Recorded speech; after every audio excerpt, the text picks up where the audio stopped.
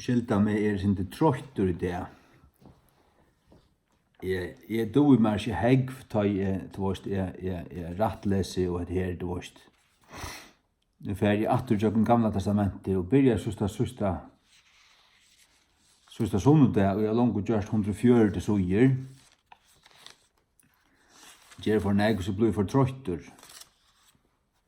Jeg føler det vel, det sastøsning av meg. Men jeg har også som jeg husker om I det at jeg gikk en tur. Det et her som stender I 1. Johannesbrev om at tar for ut fra okkon. Altså, tar for ut fra okkon til det var ikke av okkona. Hikk. 1. Johannesbrev 2 fra 18. Luttlebøten, det hin sørste tøymen, hin sørste tøy, hon nu, hon var langt å byrja ta. Og ønsker til det var hørst at Antikristus skal komme. Enn ta nu det da mennesker Antikristar. Hver av vid vita at det hin sørste tøymen. Kristus kommen, Kristus ferden, ande hans her, og Satan djevor anda hansar og rujtje Guds møtstøvo. Og til gjer han vi vi at forfylja og vera bøgnløs I møte, men òsne vi at seta falskt opp og tråka det sanna av, så folk skal fylja under falskon, og I stedet for det sanna. Til Satan alt og gjørst. Og I Jesaja 14, her stender det at han ville være som god, han ville sita av fjallet Guds, du veist, og I ytsta norre, han alltid vilja tråka god av og finne tilbyan fra menneskene. Til hans dreimur. Ja, så sier han, tar fævru ut fra okkon, men tar fævru ikkje av okkon. Her måste du sutja hva tåsar han om. Han tåsar om Guds rujtje og en parst av møgnihøytene som var færen ut fra tøymon, hei skilt seg fra tøymon, og han var akkurat hos om Antikrist. Og han sier til, men tar vær ikke atler, men tar vær ikke av okkon. Til at der hadde vært av okkon, vil du ta utan iva haft hilde fram vi okkon. Hver det så her så på I parstaner her, vit og tøyr som får ut. Det de som får ut ur øynar møgnihøyt, til å skipa øyna nødja møgnihøyt, det de tessvegna utanfor Krist? Nei. Hvor var det heser som var farner ut fra apostlen, hvor var det tøyr farner ut? Til at tøyr var regulerer fastlærere. Og tar var ikke av okkon, det vil si at tar var ikke av til sånn og kyrkjene. Det vil si at tar var av Antikristet, tog sånn akkurat om Antikrist her. Sars du, når jeg nevner et her, tog at det er så øyelig ofte, jeg har hørt alt mot lov, at tar jeg okkur splitt hendur, okkur færre ut, det var ikke av okkon. De var omkring av okkon. Vi Kristi møgnihøyt her. Hvis de fer ut, så det det samme som stendur 1. Johannes 2, at de fer ut fra okkon, til de var ikke av okkon. De ikke av Jesu møgnihøyt. De spedalsk, ikke snakka med teater. Og alt sånt her. Jeg kjenner til det her. Jeg vet hva det Men nå vil jeg spørre deg noen ting. Ta I Luther fer ut ur katolske kyrkjene. Hvor var ta spedalskur? Var Luther spedalskur? Katolska kyrkjan var spedalsk. Og høtti og I henne sjálvaste Antikrist. Og han Antikrist han tåsar om her, I 1. Johannes apostel sjálfur, hvor det? Nero og Caesar. Men òsne han anden som tar var ferdig gjør om I fromkirkene. Vi gnosticismen og falsklæron Og eisen til at bølgar vil du seta seg opp omkring miklan mann, omkring miklan løyare. Det sørst du i skriftene at det er kvirs i Korint. Tar det flokka seg, som hilde vi Apollos, som vi Peter. Det sår nekka som det. Og det var Paulus i møte. Paulus sier til vi som har tant, vi er bare firmyndir. Vi er tænarar, tykkar av vegna. Det dreier seg ikke om Paulus, eller Peter, eller nekran. Det dreier seg om Krist. Og tar var Kristus er tænarar, føra folk til Krist. Tar skulle ikke gjøre nekran stauran sunna mittlun. Og tar som tænarar tar av mittlun, tænarar vi Guds åre, tar akkurat hatt her som sier her, tænarar. Og han som tæner, han skal være tænare til ötlun. Altså han som vil være mykje, han skal være tænare til ötlun. Og han som vil være størst, han skal være minst. Du skal bodja de under. Du er ikke større for du bodja de under tæner. Verlige tæner. Sånn det her innenfor Kristi likan. Mellom mann og kone det ørvise. Mæveren kan ikke gjøre seg til kone og konen vegna. Han tæner henne som mæver, og konan tæner honom som kona. Men konan mannsins tænare, og mæveren ikke hennara tænare. Han hennara harri og hennara mæver. Det noe anna. Så her det Kristus og kyrkjelige. Det er det samme. Men innanfor en møynighet, ta en skipa og ta en rødt, så har du en hyra, du har eldstar her, og ta et vald, en myndeløyge under gode, men tar ikke utan høver. Tar høver Kristus. Og tar ikke utan etfinning. Slett ikke. Og hverjen kunne ta dømast etter og dømast vi Guds åre. Alt tog, så vi ødel underlagt Guds år. For det kom atter til Luther. Lutherska kyrkjan, anglikanska kyrkjan, presbyterianska kyrkjan og ymser retningar, 5-6 retningar fører ut fra katolske kyrkjene under reformasjonene. Størst av dem var lutherska kyrkjan, så ganske anglikanska, så presbyterianska og så lutla kyrkjer. Tar fører ut fra en større borsti av en kyrkjo, som luktist kvarskje øynene til øren, og det gjør hun ikke enn. Hun lykka kavråtnen av bøyen. Det hun. Hun som falslæreren. Det beie enn for tømmen Deio. Det prøyse og beie enn til Mario. Det var enn halgemenne. Det var enn fullt av standmynden og halgemennene inni i kyrkjonen. Og det prætik ikke evangeliet til frelso. Tar sier at du frelstur av en sakramente, og sakramente finnes ikke i skriftene. Det finnes forskrifter i skriftene.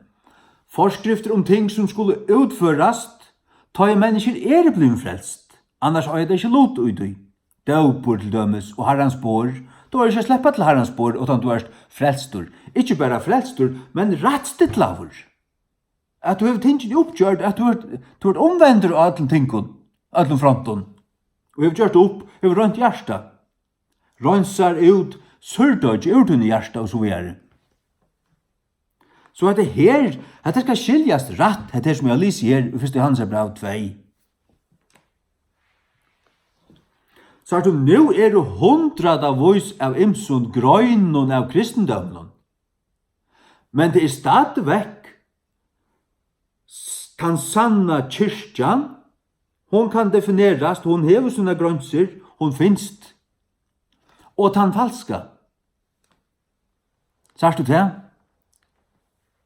Og ta i den sanna ser surdøyg og falsklære og sier til nei her, for jeg røyner reformeret her, og så har man røynt noen år, og det ganger ikke, man slår bare mødrene mur her, ødel øyren deiv, angelorst etter meg, vi fer ut.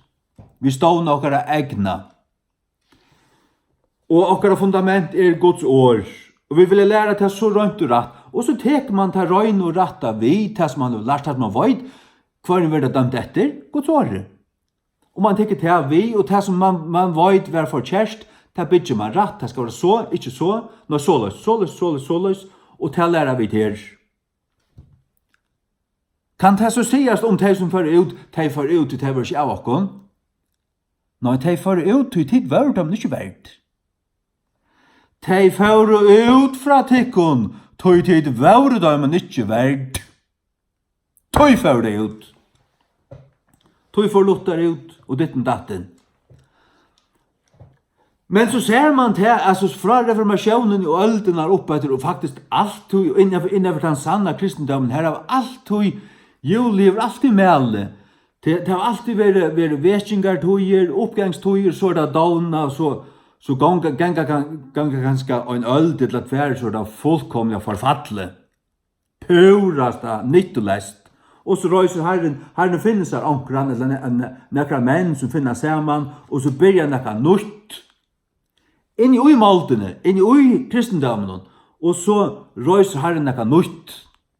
Ikke nytt, ikke fullstendig revolutionerande, nei, atter til det sanna. Tog er det som skal øydes for å være stølpe og grunnvødler sannløkans, til utvattna, til sauna og til nyttlest, saltlest. Her var salt ut i kontrolven, sier Jesus. Om saltet dovnar, så vil det kastet ut, og det vil trakka under mannaføtter. Saltet her, det er det saltet som vi tar i okken. Hvis vi ikke har salt, så hiver herren okken ut, og vi vil trakka under mannaføtter. Det vil si nyttoleis.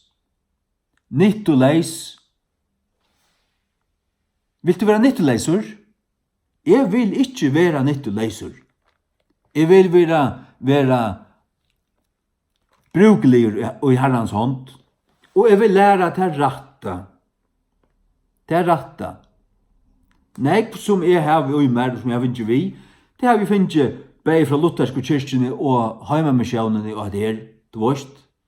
Men så har vi også finnet akkur fra baptisten hun hoksa der til, og pinsen hun hoksa der til, og karismatikeren. Essensen.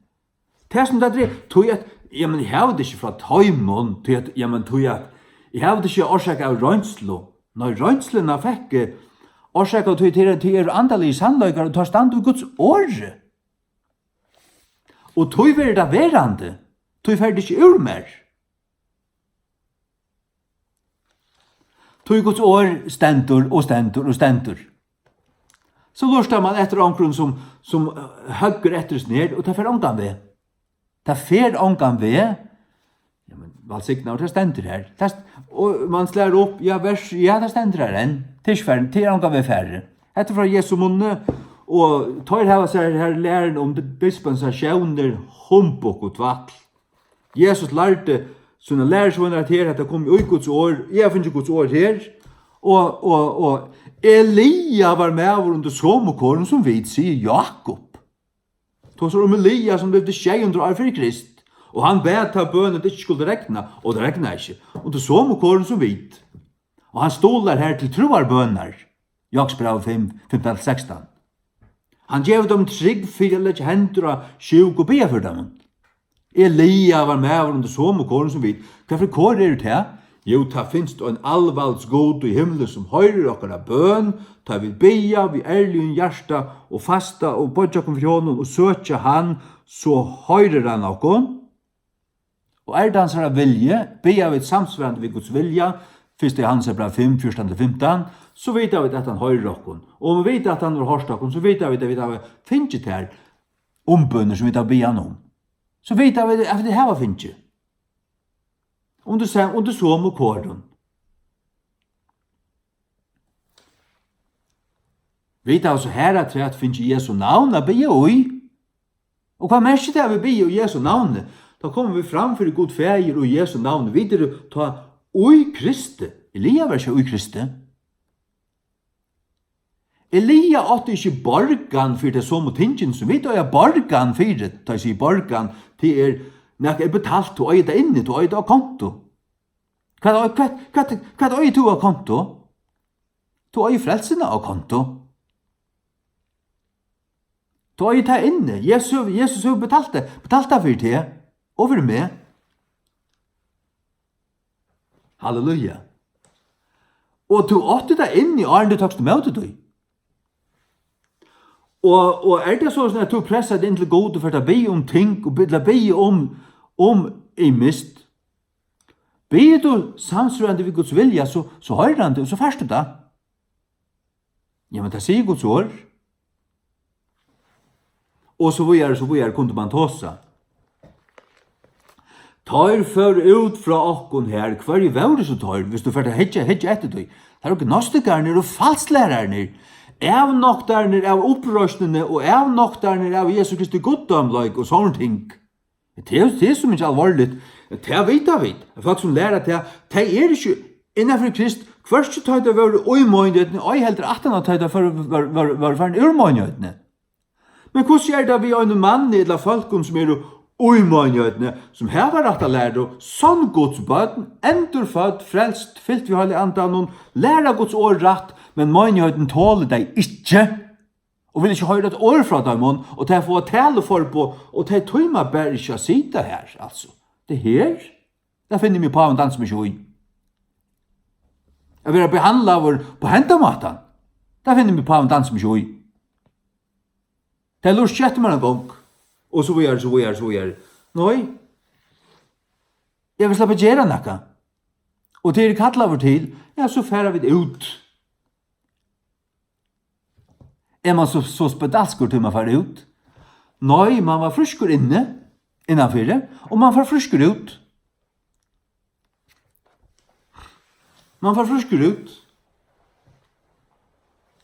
William Booth for Søren, han virker innanfyrir halvt av anglikanske kyrkjen, han ville, nei, det gikk ikke. Og John Wesley, han var ordineret av prestor, og virka langt av frelstor, men så ble han frelstor. Han rønte å virka innenfor anglikanske kyrkjene som frelstor og prætika rett fra talerstolen. Det slapp han ikke. Og så fikk han så en hest og en bibel under armen og for røyande rundt og helt utomøter. Og i skolen og alt det der. Og det ble millioner frelst under hans tjeneste. Ikke var han spedalskur. Tor som var spedalskur, det var tor som satt inni her og ville nok til honom. Tar var bare surer og borsker, spedalsker og myrker. Og deier kanskje. Flertall i adam. Jeg vil gjøre det her hukse om. Og forstått så. Og minst så til det. Og djevist så, særlig av tidene fra høymomsjønene, djevist at blampa det er sånn og Guds talerør som finnes til av midtlån. Tid er professioneller, tid er professorer, og jeg blampa, og binda, mula binda, de som nekka, de som doa nekka, de som heva kall, de som heva gaver.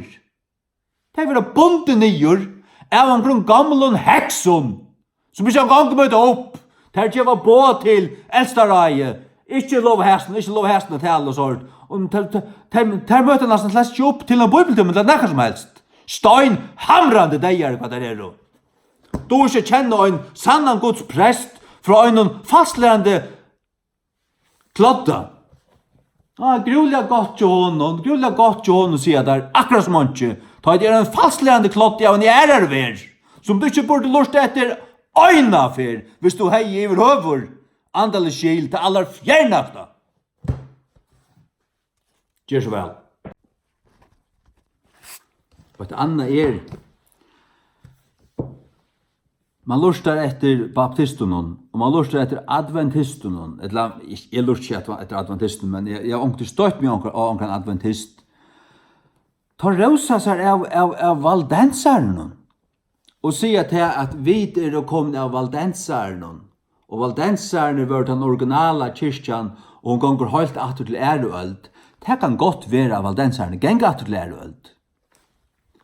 Men leser du om valdensarna, så var alla møvelige nuanser her, tar øynt og slett ikke atler. Sommer var halv pavalier, og som var høyl protestantisker. Det var nuanser, det var grader av tøymen her. Som var fullstendig fra. Som var vattnast ut, og bare ble vekk. Og det måtte enda nødjast alla tøyna for hvert atterlig oppetter. Men hegg,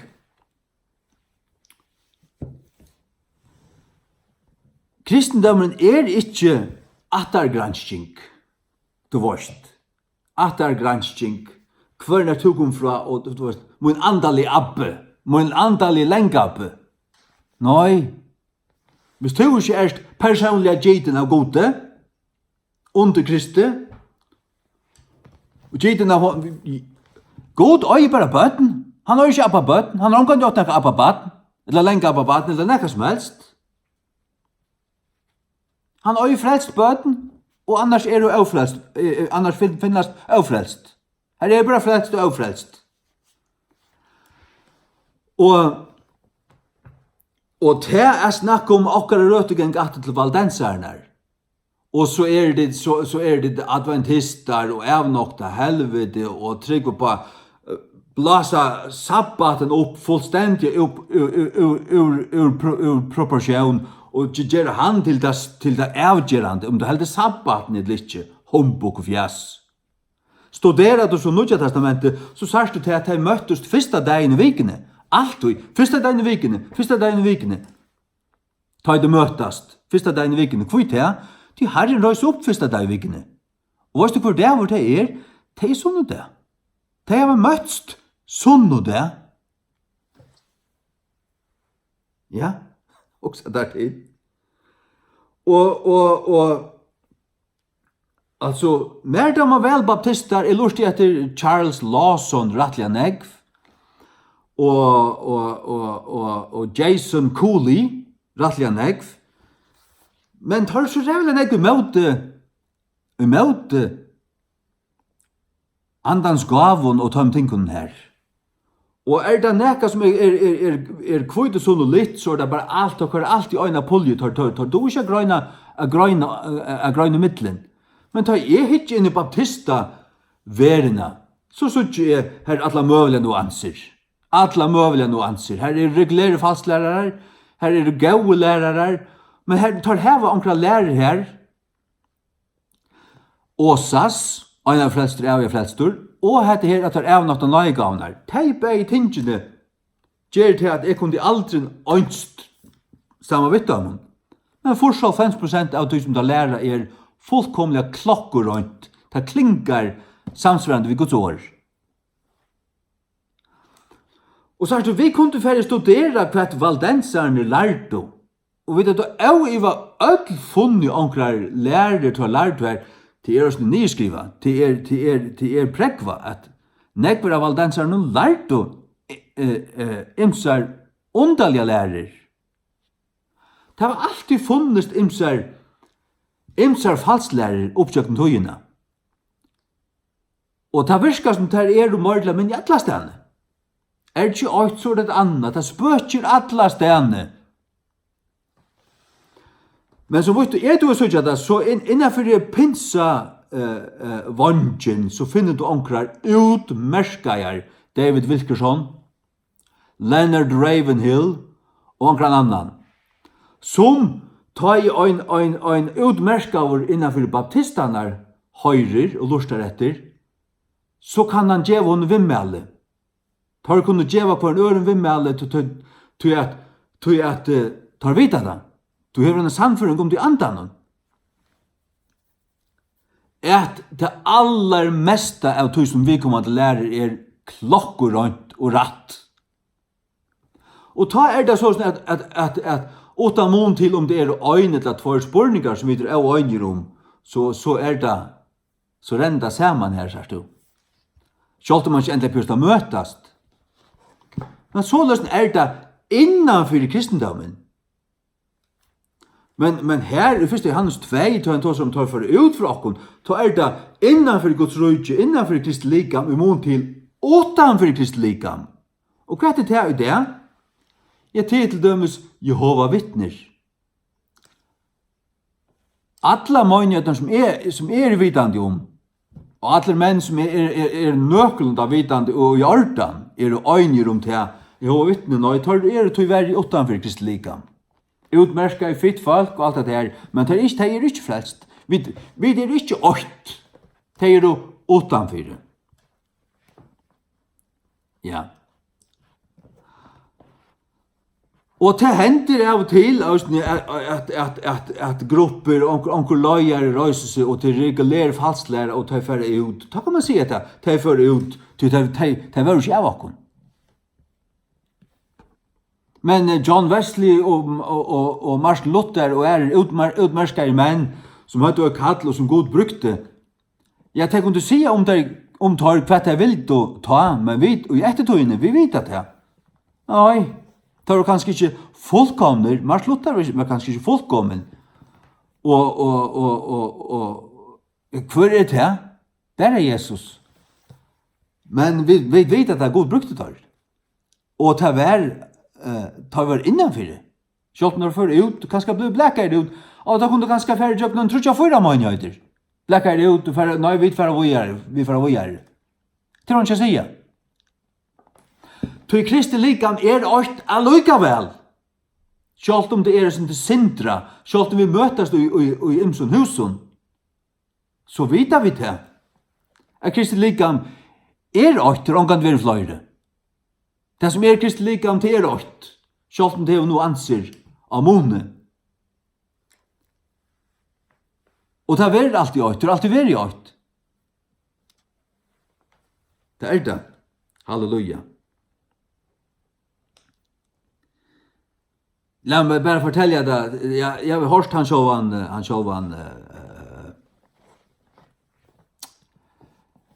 nå glemmer navnet til Paul Washer. Han fortalte ikke mer, men ut i netten. Jo, mer øysene, til jeg lurte etter.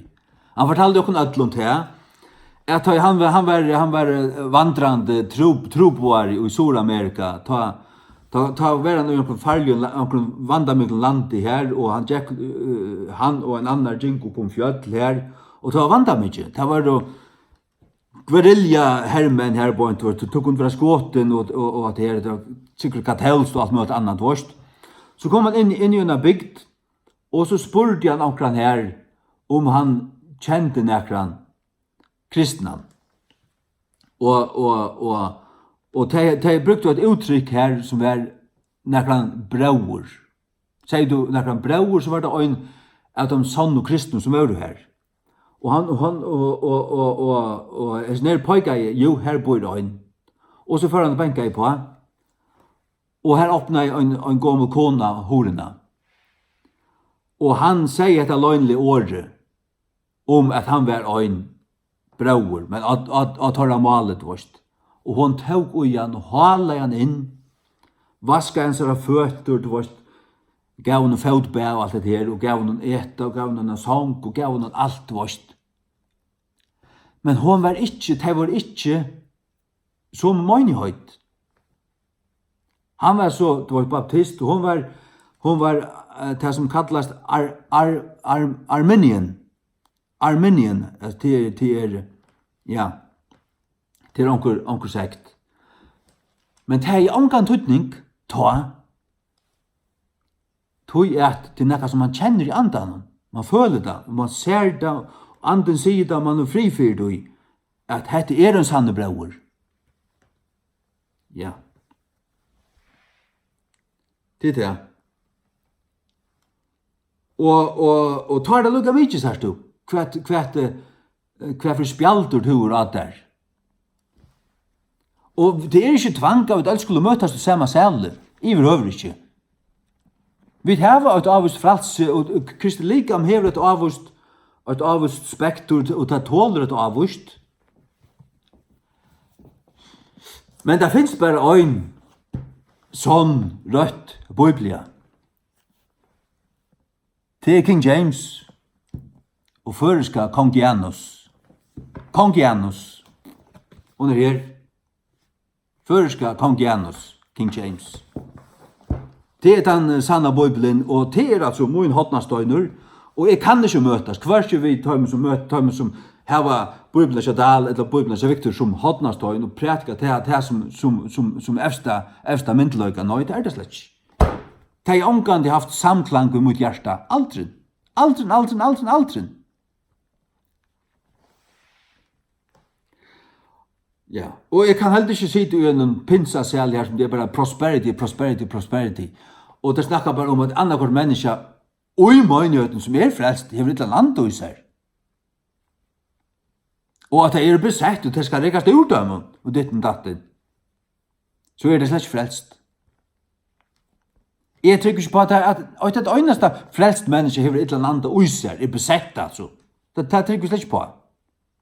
Er det besett, så er det frafallet først, og livet er synd. Og det må endurnudjast, det må bodjas og rønsast, og fyllast av hele andan av nudjon, hvis det er hent. Ja. Og som jeg langt har sagt, at ønst vi baptisterne som evnokta alle ting, og tvattel om øynarfrelster, avfrelster og dispensasjoner og alt det her, det gjør alt til rakettvoisint, og det gjør det dett og gjeldt. Jeg skal ikke om det. Halleluja. Amen.